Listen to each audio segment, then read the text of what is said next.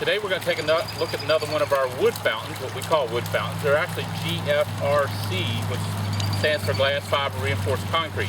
It's the same material our boulder fountains are made of, and if you've been to a zoo exhibit or animal habitat, you've probably seen GFRC is used in those areas a lot. It is very strong, very durable, looks exactly like the original that the mold was taken from.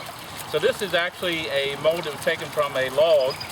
We're going to call this the Chestnut Log Fountain, and I'll show you up close on this. It does pick up every detail. It's a very, very beautiful fountain.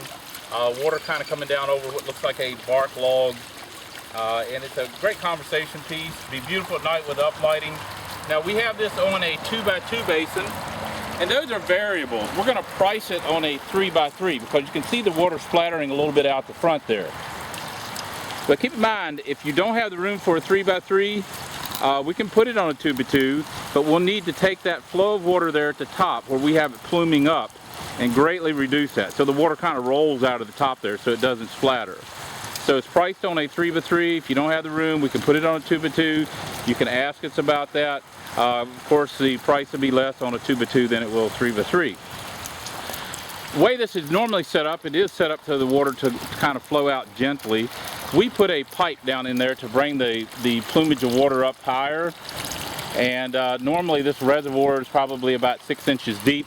We bought that pipe right there so that the water comes right out of the top. So that does give it more sound, gives it more plume, but at the same time it causes it to splatter more. So there's always adjustments you can make on things like that, and you can do that on your end. If we know it going in, we can help you out on that on our end by putting the pipe and things like that in it. You can see the detail on this, a beautiful piece. Every piece of bark, crack, crevice, anything that was in that original log, you're going to see in here. And I think you can pick all that up. Greatly detailed.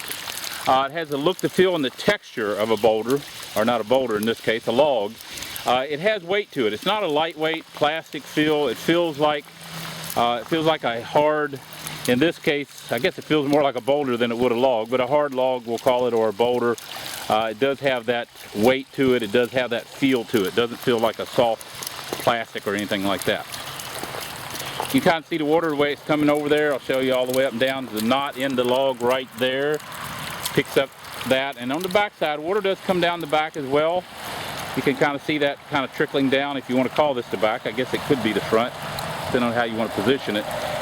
Now the pipe does come in right down there underneath those rocks. We disguise that. That's something you have to do on your end. You have to disguise where the water comes in. And it is down underneath those rocks. And there is a stabilizing stand on the bottom of that, I should say. It's a stand on the bottom that is molded into the piece, so it makes it to be stable.